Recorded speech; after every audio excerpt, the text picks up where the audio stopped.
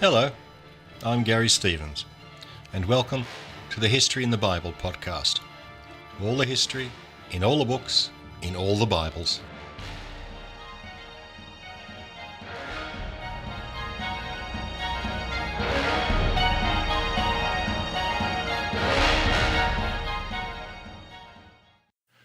Episode 1.15, The Contract with God at Sinai.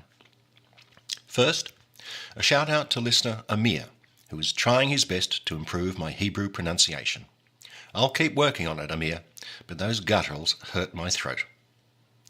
In the last episode, 600,000 Israelite men and an unknown number of women and children had decamped from Egypt. They had escaped with nothing but the gold, silver, cattle and sheep that they had borrowed from their oppressors. God now leads the Israelites out of Egypt with a pillar of cloud by day and a pillar of fire by night. God figures that they will be disheartened by the fearsome Philistines who live on the shortest route along the coast. I'll have a lot more to say about the Philistines in later episodes. So God guides them through the difficult southerly route of the marshy lands of the eastern delta and into the wilderness of the Sinai. In British English, this is sometimes pronounced Sinai. How that happened I know not, since in Hebrew it is Sinai.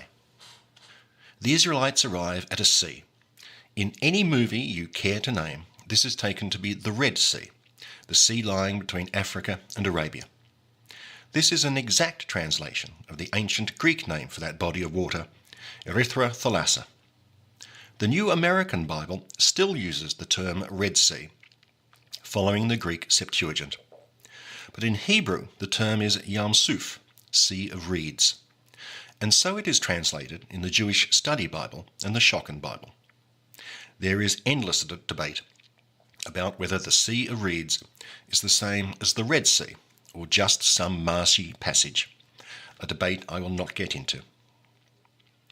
The Israelites complained that they would have been better off in Egypt. Moses rallies them, and God intervenes at the crucial moment. God tells Moses he has a final punishment to inflict upon the Egyptians. Quote, Exodus 14:15. Then Yahweh said to Moses, "Why do you cry out to me? Tell the Israelites to go forward, and you lift up your rod and hold out your arm over the sea and split it, so that the Israelites may march into the sea on dry ground. And I will stiffen the hearts of the Egyptians, so that they go in after them, and I will gain glory through Pharaoh and all his warriors, his chariots and his horsemen. Let the Egyptians know that I am Yahweh, when I gain glory through Pharaoh, his chariots and his horsemen." End quote. The moral issue is not that the wicked Egyptians are to be destroyed, but that God compels them to their ruin. The Egyptians had no intention of chasing the Israelites. Against their own will, God sends them to their destruction, and he does so for his own exaltation. In the oft-depicted Technicolor episode, God duly forces the Egyptian army to its watery death. How exactly the Egyptians are defeated is confused, because the passage weaves together several separate stories. Scholars can't agree which verses belong to which sources, but they do agree that there are different authors at work. Some verses give us a very naturalistic version. Quote, Exodus 14:21. Yahweh drove back the sea with a strong east wind all that night, and turned the sea into dry ground. End quote. Others depict a miracle. Quote, Exodus 14:21, second half. The waters were split, and the Israelites went into the sea on dry ground, the waters forming a wall for them on their right and on their left. End quote. Yet other verses seem to tell a story of the Israelites picking their way through a marsh in which Pharaoh's chariots become hopelessly bogged. After this escape, the Israelites celebrate with the famed Song of the Sea. I mentioned this in episode 1.5, but let's hear a few verses again. Quote, Exodus 15:1. Then Moses and the Israelites sang this song to Yahweh. I will sing to Yahweh. He has won a glorious victory. He has thrown horses and their riders into the sea. Yahweh is a warrior. Yahweh is his name. He has thrown Pharaoh's chariots and army into the sea. The deep water covered them. They sank to the bottom like a rock. With your unlimited majesty, you destroyed those who attacked you. You sent out your burning anger. It burned them up like straw. With a blast from your nostrils, the water piled up. The waves stood up like a dam. The deep water thickened in the middle of the sea. Your breath blew the sea over them. They sank like lead in the raging water." End quote. The Israelites sing a hymn that any Canaanite could relate to. This anthem recounts deeds very much like those of the storm god Baal, the conqueror of the waters. But where Baal fights a mythic battle against another god, Yahweh fights a historic battle against a human foe. The escape from Egypt became the exemplar of God's salvation of his people. Salvation is a word with many meanings in English. In Christianity, the doctrines of salvation are so varied and complex that the study of the subject has its own name, soteriology. To the Orthodox churches, salvation is salvation towards a particular state, the union with God, a process called theosis. While that idea bubbles throughout the whole history of Western mysticism, the Catholic Church emphasizes salvation as salvation from a particular state, the state of sin. Protestant churches tend to follow the Catholics. In the Jewish tradition, salvation has a completely different meaning. It only means a collective and tangible liberation of the people as a nation. Salvation from oppression by foreign rulers. When any writer of the Old Testament refers to Yahweh's salvation, they mean the physical deliverance of the people from their earthly enemies.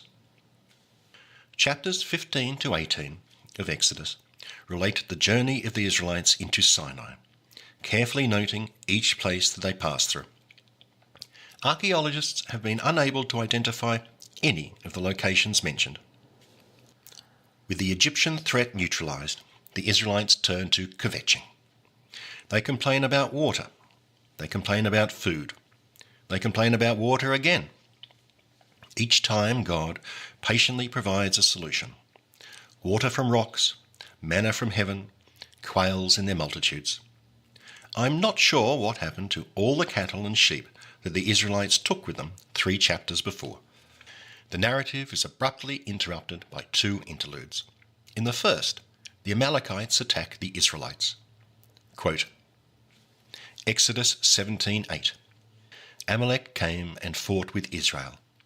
Moses said to Joshua, "Pick some men for us, and go out and do battle with Amalek. Tomorrow I will station myself on the top of the hill, with the rod of God in my hand." Joshua did as Moses told him and fought with Amalek, while Moses, Aaron, and Hur went up to the top of the hill. And Joshua overwhelmed the people of Amalek with the sword. Then Yahweh said to Moses, "Inscribe this in a document as a reminder, and read it aloud to Joshua. I will utterly blot out the memory of Amalek from under heaven. Yahweh will be at war with Amalek throughout the ages." End quote. Here we are introduced to Joshua, Yehoshua in Hebrew. The genealogy of Joshua, as laid out in 1 Chronicles chapter 7, introduces a minor problem. There he is described as a 13th generation descendant of Jacob. Exodus describes Moses as a 5th generation descendant. Some scribe somewhere has his lists wrong. It would be like having Prince Charles a contemporary of the British King Charles I. After Moses' death, Joshua would become the Israelites' secular leader and get an entire book to himself. The Amalekite War comes out of nowhere. Presumably the Amalekites were marauding nomads inhabiting the Sinai. Why anyone would want to live in those bleak wastelands is a mystery. According to Deuteronomy, this was a sneak attack on the defenseless weak straggling at the rear. Although Israel's encounter with the Amalekites was brief, it stuck in their collective memory through the centuries. In the Book of Esther, set during the Persian period centuries later, the evil Persian counselor Haman proposed to exterminate the Jews. He was thwarted by the eponymous heroine. Haman is described as an Amalekite. The passage I quoted from Exodus 17 is read during Purim, the festival that arose from this event.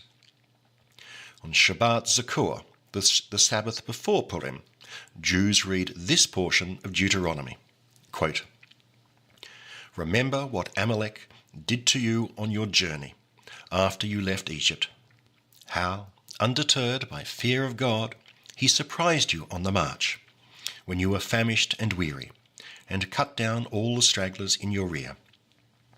Therefore, when Yahweh your God grants you safety from all your enemies around you, in the land that Yahweh your God is giving you as a hereditary portion, you shall blot out the memory of Amalek from under heaven.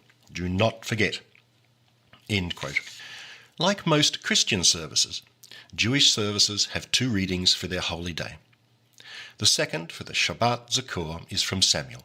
Quote, 1 Samuel 15:2. "Thus said Yahweh of the forces on high, I am exacting the penalty for what Amalek did to Israel, for the assault he made upon them on the road, on their way up from Egypt. Now go, attack Amalek, and devote to destruction all that belongs to him. Spare no one, but kill alike men and women, infants and sucklings, oxen and sheep, camels and asses." End quote. There's much more to that passage, which I will discuss when I get to King Saul. Of the traditional 613 commandments that Orthodox Jews accept, 3 concern the Amalekites. Jews are commanded to remember the Amalekites, to not forget the Amalekites, and to exterminate the Amalekites. Jews, then later Christians, have struggled with this unequivocal command to commit genocide. The medieval rabbis held that it was a command not to annihilate a race, but to blot out the type of people that the Amalekites represented. Those who prey upon the weak, those who do not believe in justice, like bankers. Others, both Jews and Christians, have argued that whatever God wants is by definition good, so there is no moral problem at all. Some have said that the Amalekite attack on the Israelites is sufficient justification for their annihilation. Others have opined that it was all about protecting God's honour. Yet others say that the Amalekites are just symbols for pure evil, not an actual people. Since the mid-20th century, the most common Christian analogy is to say that the Amalekites were the ancient equivalent of the Nazis. With the Amalekites destroyed, the Israelites encamp at the foot of Mount Sinai. Moses' father-in-law Jethro suddenly turns up. Quote, "Jethro, priest of Midian, heard all that God had done for Moses and for Israel his people. So Jethro took Zipporah, Moses' wife, after she had been sent home, and her 2 sons, of whom one was named Gershom, and the other was named Eleazar. Jethro brought Moses' sons and wife to him in the wilderness, where he was encamped at the mountain of God. He sent word to Moses, I, your father-in-law Jethro, am coming to you, with your wife and her 2 sons. Moses went out to meet his father-in-law. He bowed low and kissed him. Each asked after the other's welfare, and they went into the tent." End quote. Jethro, Zipporah, Gershom, and Eleazar are never heard from again. But Jethro has some sage advice for his long-missing son-in-law: establish law courts. This was one of the 7 Noachide laws that Jewish scholars hold are binding on all mankind. Quote, Exodus 18:13. Next day Moses sat as magistrate among the people, while the people stood about Moses from morning until evening. And when Moses' father-in-law saw how much he had to do for the people, he said, "What is this thing that you are doing to the people? Why do you act alone, while all the people stand about you from morning until evening? The thing you are doing is not right. You will surely wear yourself out. Now listen to me. You shall seek out from among all the people capable men who fear God. Let them judge the people at all times. Have them bring every major dispute to you, but let them decide every minor dispute themselves. Make it easier for yourself by letting them share the burden with you." Moses heeded his father-in-law and did just as he had said. End quote. We reach the epic climax of Exodus in chapter 19, halfway through the book. The Israelites are settled at the foot of Mount Sinai and will stay there a year. God appears in a flamboyant spectacular to establish his conclusive covenant with his people. This is huge. This is the greatest event in the history of the Israelites. In importance, it is comparable to the death of Christ in Christianity and the night of power in Islam, the night when the archangel Gabriel gave the first verses of the Quran to Muhammad. Though so much happened at Sinai, it never became a holy shrine or place of remembrance.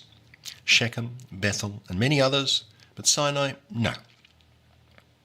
God had previously made 2 other covenants, one with Noah and one with Abraham.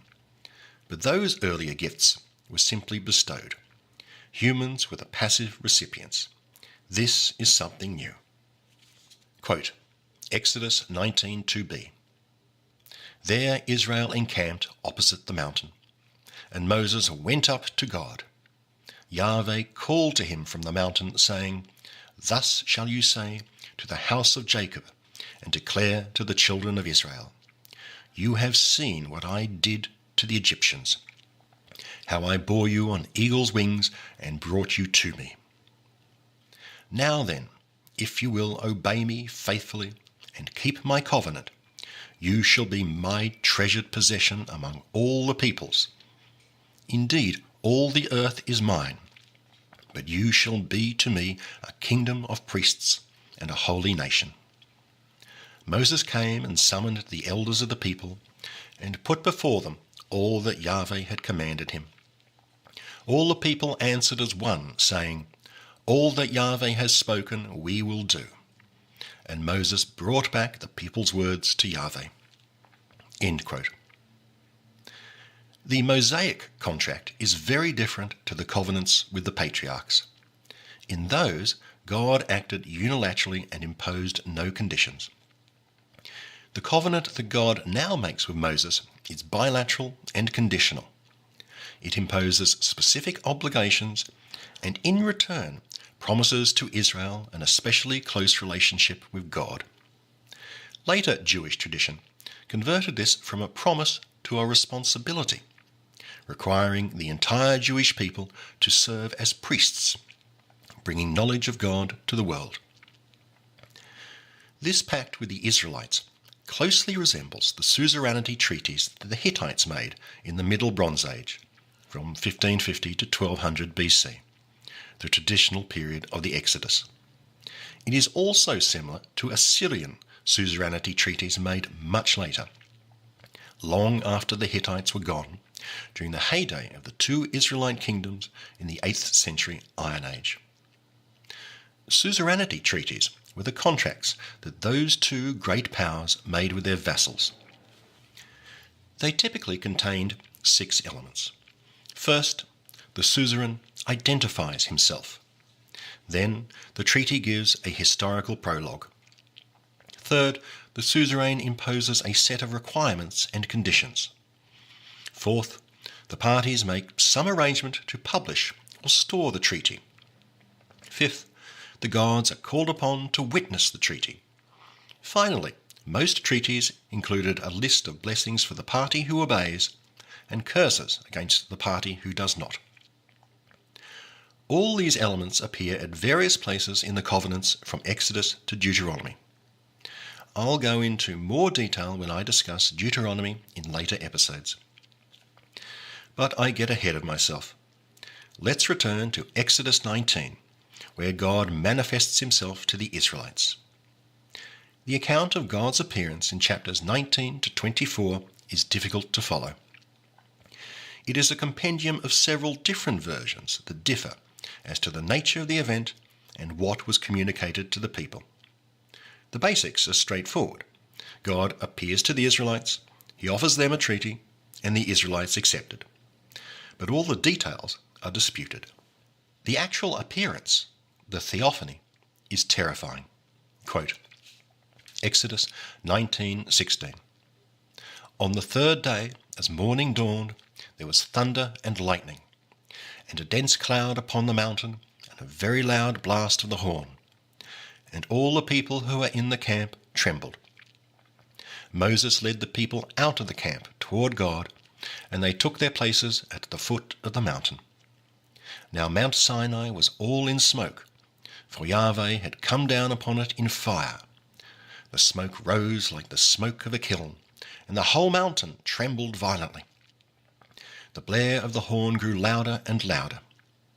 As Moses spoke, God answered him in thunder. Yahweh came down upon Mount Sinai on the top of the mountain, and Yahweh called Moses to the top of the mountain, and Moses went up. Yahweh said to Moses, Go down, warn the people not to break through to Yahweh to gaze, lest many of them perish. The priests also who come near Yahweh must stay pure, lest Yahweh break out against them. End quote. In verse 21 in this quote, God demands that the people not look upon him. But 10 verses before, God says the opposite.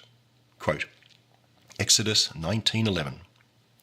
Let them be ready for the third day, for on the third day Yahweh will come down in the sight of all the people on Mount Sinai. End quote. In some verses describing the theophany, the people see God. In others, they only hear him. In some verses, God and Moses have a dialogue. In others, God simply issues his commandments. In Exodus chapter 20, God lays down the first part of his law code, the famous 10 Commandments or Decalogue. The 10 Commandments do not hold the same high place in Judaism as they do in Christianity. The Decalogue came to be regarded with suspicion in Roman times, when it was polemically used by groups that rabbinical Judaism regarded as heretical. According to Jewish tradition, Yahweh gave the Jews 613 commandments, all of equal importance. In the Old Testament, the Decalogue is called the 10 Things, or 10 Words. In later rabbinic texts, the list is referred to as Asalat HaDivrot, 10 Sayings. It is never referred to as the Asalat HaMitzvot, 10 Commandments.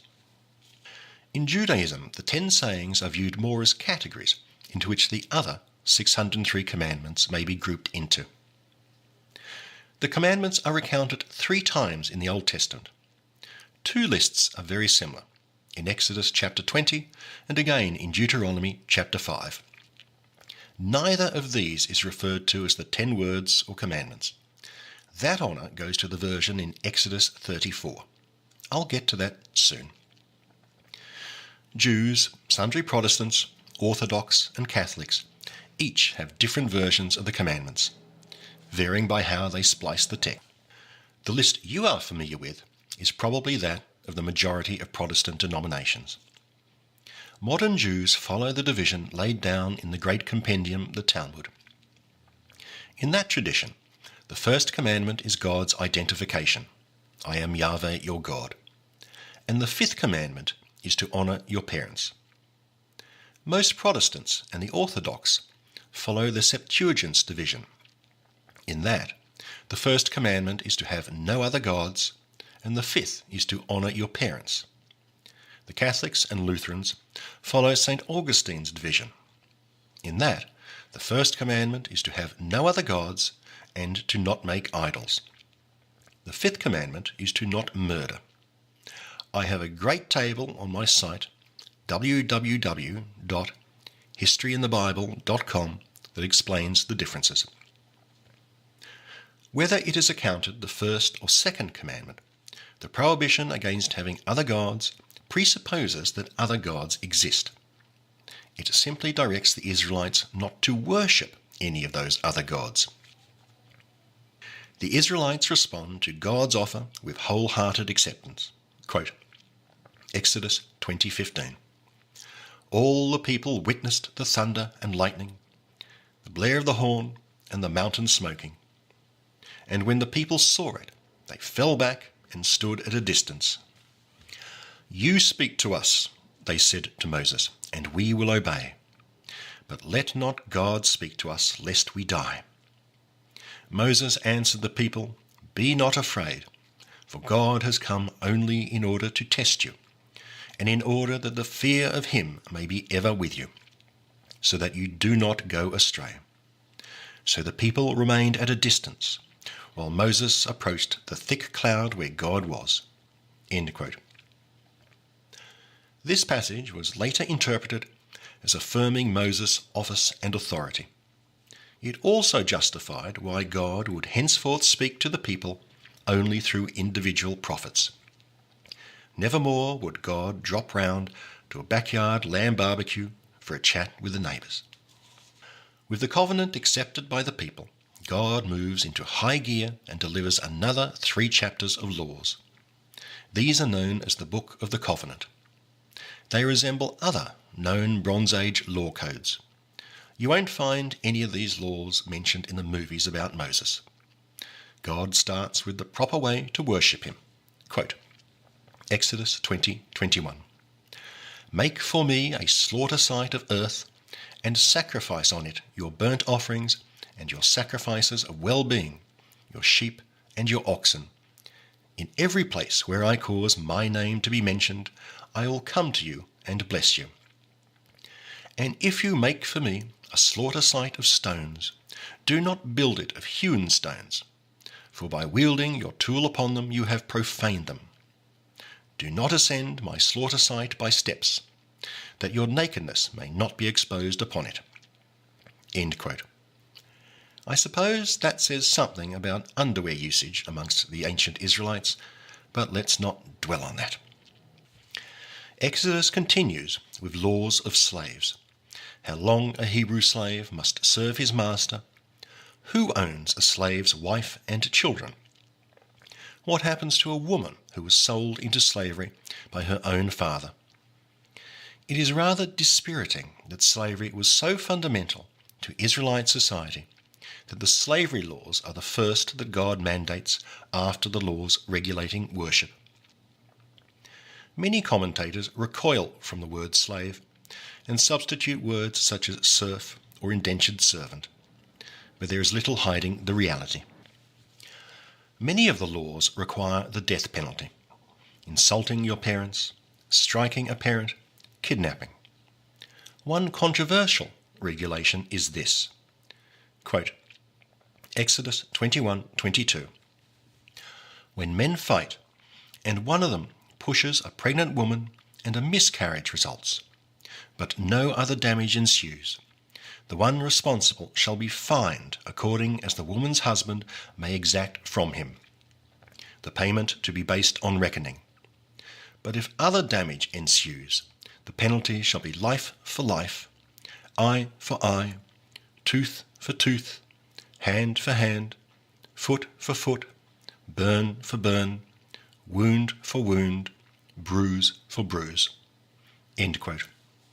These verses imply that killing a fetus is only a property crime that requires financial compensation.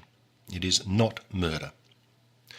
Those who oppose abortion interpret the verse otherwise. The verses also include the famous lex talionis, the punishment fits the crime. Babylonian and Assyrian laws had similar provisions. But rather than a barbaric requirement, it is entirely possible that the lex talionis was meant to achieve the opposite. If you lose an eye, you cannot kill the assailant, only exact the same. Your vengeance must be limited. Thank you for listening. In the next episode of the History in the Bible podcast, God provides Moses with a raft of new decrees, and the Israelites stage their first rebellion, with the notorious incident of the golden calf. Thanks for listening.